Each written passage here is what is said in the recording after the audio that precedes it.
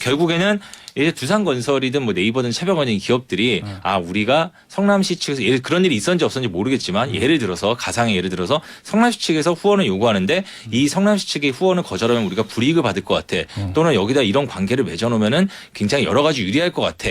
그런 정도의 압박을 느끼는 정도로 돈을 냈다는 거는 그런 제3자의 문제가 안 되고 근데 만약에 지금 검찰이 보는 것처럼 정자동 부지를 용도 변경해달라는 이슈를 구체적으로 청탁을 했는데 그 대가로 돈을 요구받고 돈을 냈다라든가 아니면 뭐 다른 사옥이라든가 뭐 분당경찰서 부지라든가 이런 것들의 구체적 현안이 있다라고 특정이 되고 이 현안과 이 기업들이 성남FC에 낸 돈 사이에 관련성이 입증이 되고 이게 또 기업과 그 돈을 받은 그 성남 공무원 측에서 이게 이런 사정으로 돈이 간다는 사정을 다 인지하고 있었다고 한다면은 이건 죄가 되는 거죠. 김태현의 정치쇼.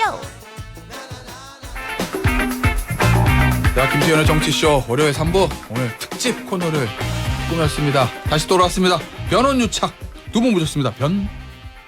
장유미 변호사입니다. 역시 방송을 하시네. 한 타임 쉬었다 들어가는 거 요런 거 좋아요. 그리고 네, 안녕하세요. 임찬종 기자입니다. 자, 오늘 저희가 왜 이 변원유착 시간에 특집으로 꾸몄냐. 내일 또 이재명 민주당 대표가 또 검찰 또 출석하니까 이게 뭐 검찰 말이 맞는지 뭐 이재명 대표 말이 맞는지는 뭐 저희는 알 수가 없지만 어쨌든 또 어마어마한 큰 뉴스 아니겠습니까? 서초동이나 여의도에. 그래서 저희가 오늘 특집으로 좀 코너를 꾸려봤고 그다음에 오늘도 할 얘기가 또 있습니다. 김만배 씨. 이 사람 손 커요. 손 커. 뭐 변호사비도 뭐 액수가 뭐 어마어마하고 뭐 언론사 사회부장한테 준 돈도 뭐 일반적인 상식으로도 이해가 안 되는 거액들을 오고 가가지고 참 손 큽니다.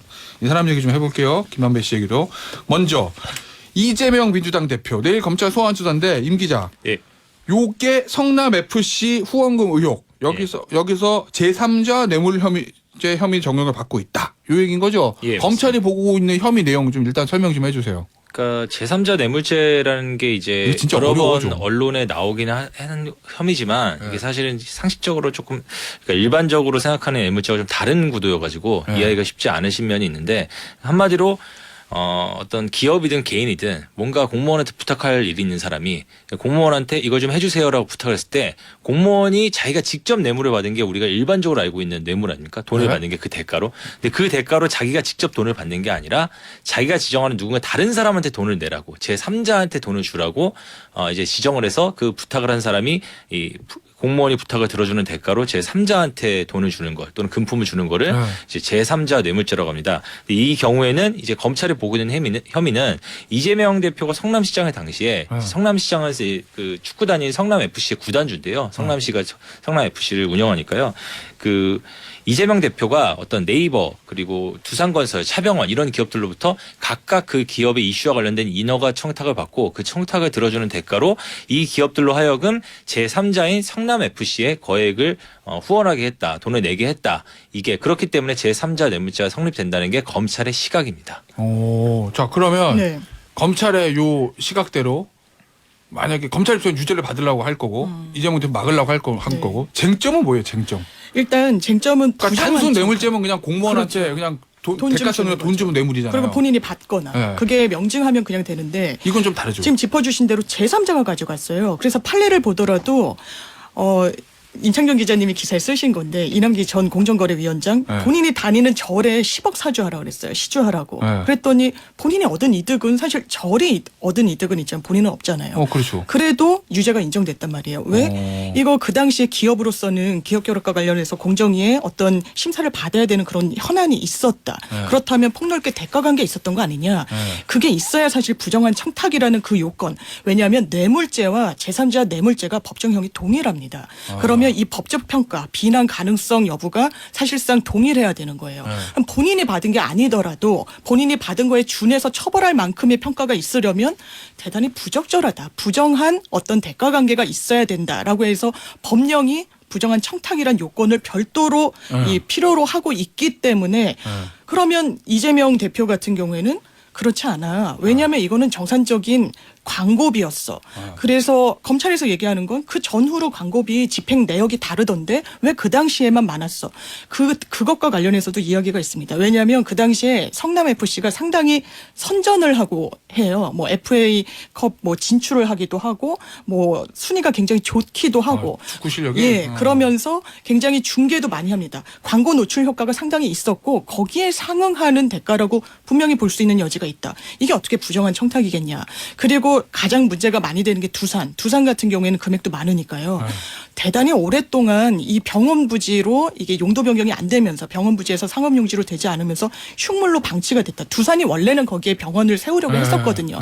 그래서 이게 기업의 어떤 민원 성격도 있지만 지역의 어떤 발전과 관련된 성격도 있기 때문에 이걸 봐준다고 해서 이게 부정청탁은 아니다. 이렇게 법리적인 다툼, 사실 사실관계에 대해서 다툼은 별로 없는 것 같습니다. 사실관계 나와 있다 이거죠. 예, 다 나와 있는데 이제 법리적인 이런 부분과 관련해서 논박을 벌일 것 같습니다.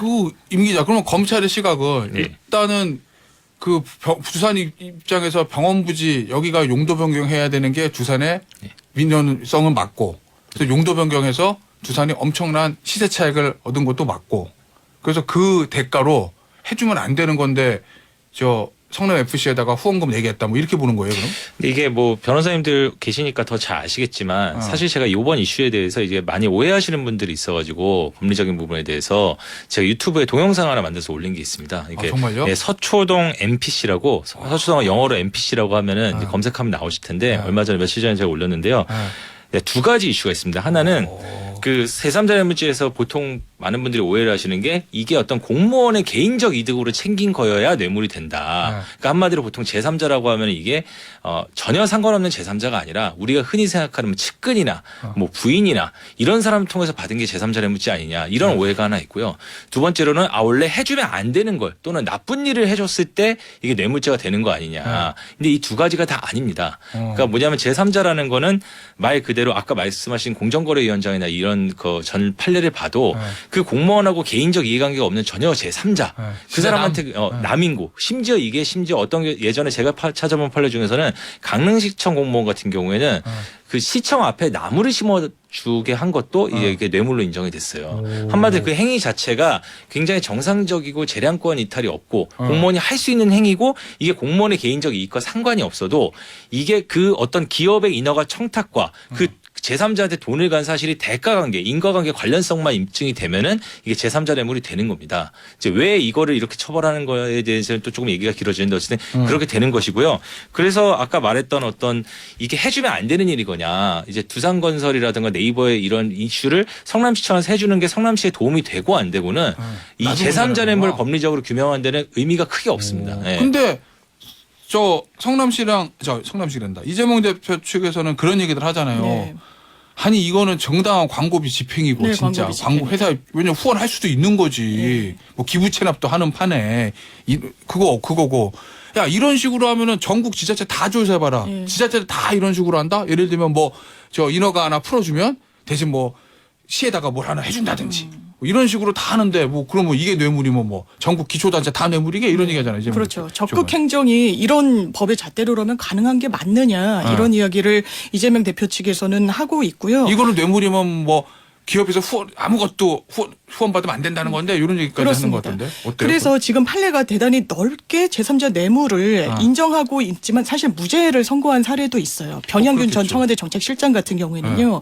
본인과 이제 특수관계에 있는 이 여성의 미술관에 기업들에게 막 후원을 하라고 합니다. 저 S미술관? 예, 성국미술관이죠. 예, 그래서 하게 했는데 무죄가 나왔어요. 대법원에서 최종적으로는. 그건 또 왜 그래요? 그러면서 그 판시를 보면 그 당시에 사실 본인의 내연 관계에 있는 사람의 이득을 취한 거잖아요. 부적절해 보이죠. 그런데 이 기업들이 그것과 관련해서 뭔가 심리적인 압박 정도를 받은 것만으로는 이 제3자 뇌물로 처벌하는 게 부당하다는 취지로 설시를 합니다.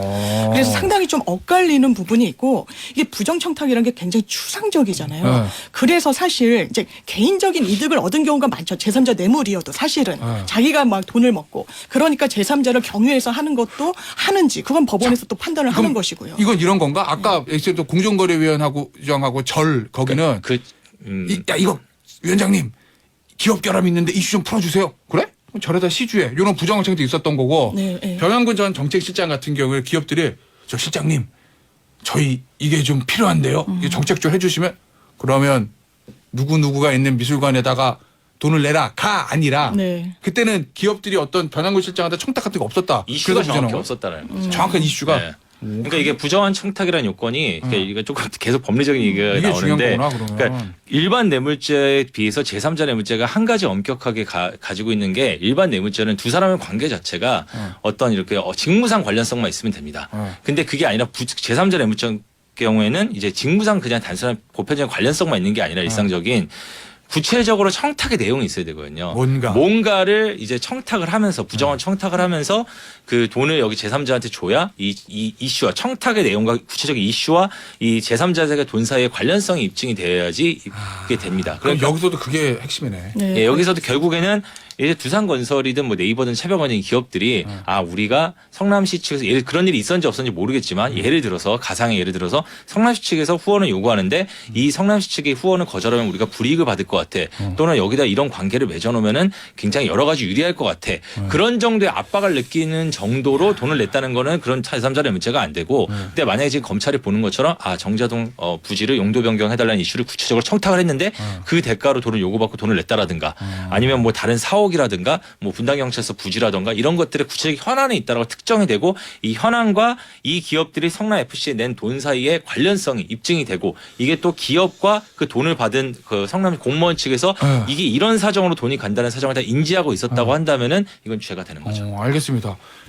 이재명 대표가 원래 서면 조사할까 네. 출석할까 뭐 이런 얘기도 민주당에 있었던 것 같은데 출석하는 건 어떻게 평가하세요? 사실 서면 조사 내지는 좀 편의를 봐준다라고 했을 때 검찰이 본인이 있는 곳으로 가서 뭐 조사를 하기도 하죠. 예방 성격으로. 근데 그런 조사는 어려웠을 거라고 보고 사실 그 전에도 한번 소환 요청을 검찰이 했을 때 그게 아마 허위사실 공표죄로 제가 알고 있는데 소환이 불응했어요. 그렇다면 본인들이 또 이 검찰 조사와 관련해서 이른바 편의를 봐줄 수 있는 명분이 있을 것이니 그렇게 보이진 않고 사실 이재명이랑 정치인으로서도 계속 법률과 관련해서 소환 요청이 들어오고 하는데 그것을 그냥 뭉갤 수는 없는 지점에 이번에는 이제 왔다고 생각해서 소환 조사로 갈 수밖에 없는 저는 수순이 아니었나. 그리고 거기에 그렇기 때문에 응한 게 아닌가 이렇게 평가하고 싶습니다. 근데 피의자 입장에서는 글쎄 뭐 케이스 바이 케이스겠지만 서면 조사랑 출석 조사랑 때에 따라서 출석 조사가 피의자한테 예를 들면 내가 가서 받아칠 자신 있으면 그게 또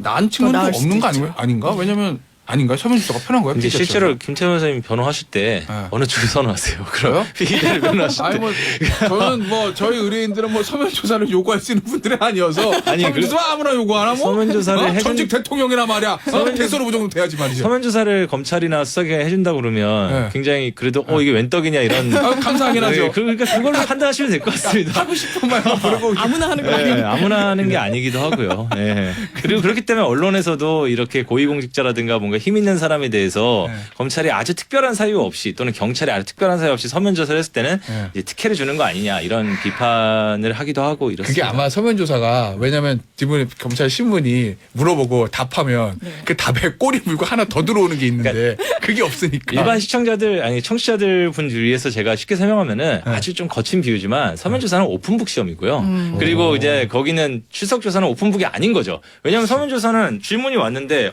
이거에 대해서 내가 어떻게 반박을 해야 되지 생각할 시간이 많잖아요. 변호사한테 그 다음에 물어보면 되고. 변호사한테 물어볼 수도 있고 자료를 찾아볼 수도 있고. 근데 출석 조사는 가서 출석을 조사하면 검사가 물어보는데 그 자리에서 지금 기억이 안 납니다. 해야지 가서 자료 찾아보겠습니다. 물론 이럴 수도 있지만 뭐 나중에 추후에 제출하겠습니다. 이럴 수도 있지만 훨씬 더 어려운 거죠. 그런 변호사가 과정이. 해줄 수 있는 것도 아니고 대신 그렇구나.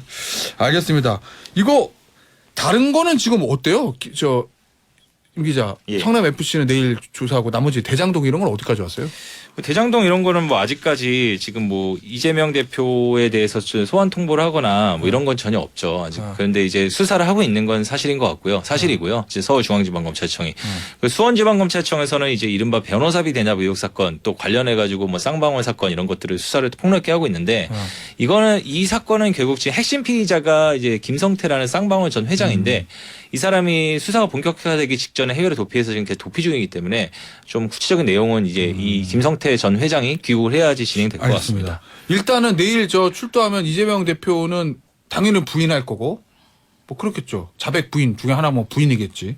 그러면 검찰은 어떨 것 같아요? 이거 그러면 내부적으로는 이재명 대표의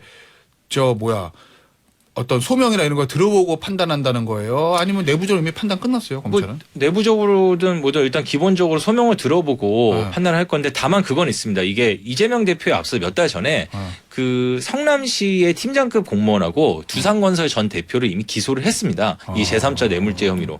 그러니까 한마디로 성남시 측의 한 명, 그리고 두산건설 측의 한 명을 이미 제3자 뇌물 혐의로 수수와 공영 혐의로 기소를 했는데 이 공소장에 공범으로 이재명 대표하고 당시 성남시 정책실장이었던 이재명 대표의 최측근 정진상 실장을 이제 공범으로 기재를 해놨어요. 이건 사실상 특별한 사정 변경이 없으면 이 두 사람은 기소를 하겠다 이 혐의로 이런 뜻을 밝힌 걸로 봐야죠. 그렇다고 해서 이게 뭐 저희가 뭐 유무죄 단정할 수는 네. 아닌데 검찰 입장에서는 기소로 방향을 잡았다는 네. 거고 완전히 그러면은 기소로 갈 것 같아요. 이게 사실 기소가 중요한 게 아니라 신병이잖아요. 구속 기소냐 불구속 기소냐. 그런데 이거 그러면 검찰이 영장을 칠 것이냐 안 칠 것이냐 이거 어떻게 생각하세요? 우상호 전 대표도 이야기를 했는데 네. 이 제일 야당의 대표의 신변 확보를 시도한 전례가 사실상 없지 않느냐. 이게 검찰로서도 상당한 부담일 수밖에 없고. 없긴 하죠, 사실. 그리고 성남 FC 건으로 그러면 또 영장을 청구할 수 있을 것인가를 따로 떼놓고 보면 일단 저희가 계속해서 짚었지만 이거 개인적으로 단돈 1원도 갖지 않아도 성립할 수 있는 부분이 있는 거고 그렇다면 개인적인 이득이 취득하지 않았을 때 일단 일반적으로 국민들이 갖고 있는 어떤 법 감정에 의하면 이게 법리적인 다툼은 오케이 뭐 있을 수 있겠다. 그런데 본인이 취득한 이득도 없는데 신변 확보까지 하는 거 이건 너무 정치적 의도가 있는 거 아니야라는 이 후폭풍 이런 여론 당연히 신경 쓸 수밖에 없을 것 같아서 저는 기소는 수순이지만 영장 청구까지는 어렵지 않을까 생각합니다. 임 기자는 어떻게 보세요? 그러니까 이게 시나리오가 몇 가지가 있을 것 같습니다. 일단은 그 성남 FC 사건으로 내일 조사를 하잖아요. 내일 조사를 하고 구속영장 청구 없이 이 사건을 바로 그냥 불구속 기소를 하는 방안. 기소는 아까 말씀드렸듯이 기소 방향으로 가고 있는 거 맞는 것 같고요. 그러니까 아니면은 기소하기 전에 성남 FC 사건 단독으로 구속영장 청구를 일단 하는 거. 그 경우에 이제 임시국회 개의 여부라든가 체포동의안 여부가 변수가 되겠죠. 그게 아니면 지금 예상되는 앞으로 이제 지금 또 추가 조사가 예상되는 대장동 사건과 관련해서까지 다 거기까지 조사를 향후에 또 한 다음에 그 다음에 그 뭐 성남 FC 사건과 대장동 사건 해가지고 기소 여부를 다 판단하는 방법. 또 하나는 그것까지 다 묶어가지고 성남 FC 사건과 대장동 사건에 다 묶어서 그때 구속영장 청구를 다시 하는 그때 하는 방법. 여러 가지 시나리오라든가 경우의 수를 놓고 검찰이 수사의 진행 상황이라든가 증거 인멸과 도주 우려의 정도 그리고 정치적 여러 상황을 고려해서 채택할 것 같습니다. 그 중에 어떤 거 방안에. 알겠습니다. 이게 만약에 임 기자, 이건 만약에 이 피의자가 예전에 그 공정거래위원장? 네. 그 경우에는 영장 쳤어요? 안 쳤어요? 제가 그 정확히 잘 모르겠네요. 기억이 잘 안 나요. 영장 그때 수사 단계에서 영장을 했었는지 잘 기억이 잘 안 납니다. 알겠습니다. 네. 알겠습니다. 요 얘기는 여기서 마무리하고 김만배 이 사람 얘기 좀 해보겠습니다. 일간지 기자 참 현직 기자시고 우리 임찬조 기자는 우리 장문배 변호사님도 원래 기자를 하셨고 전직 기자를 하셨고 두 분 보시고 참 이런 얘기하기는 좀 그런데 일간지 기자 간부하고 돈거래 정황도 있다. 기자 수십 명에게 접대 골프 금품 수수 의혹도 있다. 요거 일단 사실관계부터 정리를 해보죠. 어디까지 지금 나온 거예요? 일단 돈 거래 정황은 아니고 돈을 거래한 거는 사실이고요. 이 돈 거래의 성격이 무엇이냐를 놓고 의심스러운 정황이 있다고 표현하는 게 맞는 것 같습니다. 왜냐하면 지금 이제 한겨레 신문 간부에게는 지금 한겨레 신문 간부 본인이 인정한 건 이제 6억을 빌렸다가 2억을 갚고 4억 정도 아직 못 갚고 있다. 근데 빌렸을 때 사용장을 따로 쓰지는 않았다. 김만배 씨한테. 그 돈을 빌린 시점은 2019년 상반기 정도다. 이게 김만배 씨가 남욱 변호사 진술로 저 한겨레 모 부장한테 집 사줘야 돼. 그러니까 돈 좀 걷어. 이렇게 했다는 그 사건인 거죠. 예, 그러니까 이제 그 사건인지 아닌지 정확히 말하면은 아주 그래요? 정확하게는 알 수 없습니다. 그런 의심이 되는데 왜냐하면 남욱 변호사의 진술은 뭐냐면 2019년 5월경에 김만배 씨가 그러니까 이름을 밝히진 않고 한겨레 신문 기자에게 집을 사줘야 된다면서 나도 3억을 낼 테니 정여 회계사도 3억을 내고 남욱 변호사 3억을 내라. 그래 9억이 필요하다. 이렇게 얘기를 했다는 거예요. 근데 당시에 한겨레 신문 기자 누구한테 이 집을 사줘야 된다는지는 남욱 변호사한테 얘기를 하지 않았고 남욱 변호사는 그럼 필요한가 보다 해가지고 자기하고 정영학 변호사가 3억씩 냈다. 그리고 김만배 씨가 3억을 뭐 본인 대로 냈는지 줬는지 내가 잘 모르겠다. 이게 남욱 변호사의 진술이고 근데 검찰이 김만배 씨 측 자금을 쭉 추적을 하다 보니까 일단 결과적으로 말을 하자면은 김만배 씨 쪽 돈이 그 9억 원이 그 한겨레 기자 쪽에 전달된 수표가 확인이 된 걸로 취재가 됐는데 이 중에서 이제 해당 한겨레 기자 명확하게 인정하는 거는 2019년 상반기에 6억 원을 김만배 씨 수표가 내 쪽으로 온 건 맞다. 왜냐? 그건 내가 돈을 받은 게 아니라 워낙 친한 사이라 빌린 거다. 근데 무슨 목적으로 빌렸냐고 물어보니까 그거는 제 개인적 목적이고 뭐 주택구입 자금은 아니고 개인적 목적이었다라고 해명을 했고 그럼 차용증은 쓰셨냐? 차용증은 뭐 워낙 친한 관계라 쓰지 않았다라는 게 이제 한겨레 기자 측의 해명이에요. 근데 여기에 대해서 이제 어제 SBS가 보도한 내용이 뭐냐면은 그런데 그 처음에 알려졌던 6억 말고도 3억이 더 간 게 있다. 3억 가까운 돈이 딱 정확히 3억은 아닌데 그래서 3억 가까운 돈이 더 간 게 있어서 결과적으로는 남욱 변호사가 2019년 5월에 김만배 씨한테 들었다는 그 얘기 3억 해가지고 9억이 필요하다는 얘기가 사실로 드러난 거 아니냐라는 의혹이 있다. 근데 여기에 대해서는 이제 그 한겨레 그 해당 기자한테 또 연락을 해서 그 3억 관계 어떻게 된 거냐라고 경위를 물어보려 했는데 거기에 대한 연락이 닿지 않았고요. 한겨레 신문은 이제 그런 추가 3억 의혹까지 해가지고 오늘 중에 진상조사위원회 열어가지고 조사를 하겠다고 밝힌 상태입니다. 네, 일단 한겨레 신문은 그렇게 진상조사위원회 열겠다는 얘기를 했었고 변호사님. 네. 기자도 사람이니까. 네. 그리고 이 김만배 씨도 현직 기자잖아요. 그러니까 기자 누가 선배인지 모르겠는데 기자 선후배끼리 뭐 김만배 씨가 워낙 재력이 풍부하다고 알려져 있으니 돈거래 개인적으로 할 수도 있긴 있죠. 할 수도 근데 있긴 있죠. 이게 그 돈을 받은 걸로 보여지는 한겨레 신문 그 부장의 담당이 법조 담당이고. 그렇죠. 그러니까 한겨레 신문 이 김만배 씨는 이 대장동 이슈가 있고 네. 시기도 2019년이면은 대장동 한참 돌아갈 때 우리는 맞습니다. 몰랐을 때지만. 예. 그래서 이게 혹시 좀 뭐 대가성이 있다든지 아니면 기사 무마 뭐 이런 이런 이슈가 있어서 거래한 거 아니냐라는 네. 지금 의혹이 있는 건가요? 당연히 합리적인 의혹이 제기될 수밖에 없고요. 당사자들과 해명 내용을 보면 있는 그대로 믿기 어려울 거라고 검찰이 볼 겁니다. 보통의 그러면 금전 차용 관계에 부합하는 금전이 실제로 있었는지 아마 제가 추론하기로는 6억은 수표기 때문에 부인할 수가 없었을 거예요. 수표는 꼬리표가 있기 때문에 나머지 3억은 뭐 김만배 씨 측이 거의 현금식으로 만들어줬다라고 해서 일단 꼬리를 자르는 게 아닌가라고 보여지는 부분이 있고 실제로 차용 관계였다면 이자는 냈는지 그리고 2억을 갚은 시점도 사실 대장동과 관련해서 이슈화가 되니까 갚은 건 아닌지로 보이는 부분이 있습니다. 그렇다면 이게 과연 정말 빌린 돈인지 아니면 본인이 부국장 직책에 있었잖아요. 또 그렇게까지 승진을 했는데 기사와 관련해서 에디터 지위에서 영향을 미칠 수 있는 그 사정이 없다면 이런 금전 관계는 설명되지 않으면 액수도 너무 크고요. 이건 신변 확보에도 검찰이 전 나설 수 있는 사안이라고 생각합니다. 그 오해하실까봐 다른 분들도 얘기하면 한겨레 신문 기자만 지금 관여된 건 아니고요. 이 이른바 그 거액의 금전거래 의혹에는 아까도 말씀하셨지만 한국일보, 그러니까 중앙일보의 그 간부급 기자들도 관련이 돼 있고, 뭐 한국일보 기자 같은 경우에도 1억 원의 이사 비용을 빌렸다가 이자를 납부했고, 그 다음에 이제 올해 5월이 변제 기일이라 상환을 하려는 예정이었다. 상환 절차 진행 중이었다. 중앙일보 기자 같은 경우에는 그 전에 김만배 씨가 나한테 8천만 원을 빌렸다가 그러다 그 해에 갚는 의미에서 나한테 9천만 원을 돌려준 거다. 근데 왜 1천만 원을 더 받았느냐. 1년도 안 되는 기간 동안에. 그거에 대해서는 김만배 씨가 워낙 돈이 많으니까 말씀을 안 하셨고 김만배 씨가 이자 쪽으로 보내준 거라고 생각을 했다. 1천만 원 정도 더 보낸 거는. 이게 이제 중앙일보 담당 간부, 해당 간부의 해명입니다. 제가 이제 한겨레 신문 얘기만 너무 하면은 한겨레만 알고 오해를 받을까 봐 제가 다른 신문도 이런 해명이 있다는 걸 충분히 설명을 드리는 겁니다. 다른 신문 관계자들도. 예. 자, 현직 기자 임찬종 기자.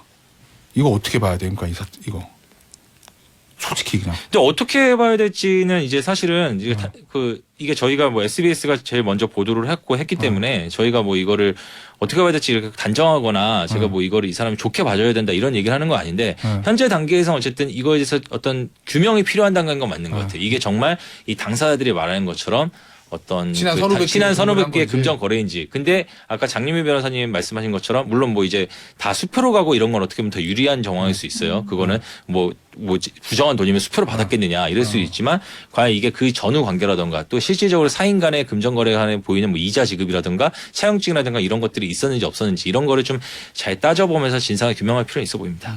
알겠습니다. 이거 진상 규명되면 나오면 그다음에 저희가 또 말씀을 드리도록 하겠습니다. 그리고 아마 한겨레 신문에서 진상조사위원회 꾸린다고 하니까요. 발표하면 그때 얘기 나눠보죠. 여기서 마무리할게요. 장윤미 변호사, 임찬종 기자였어요. 감사합니다. 고맙습니다. 감사합니다.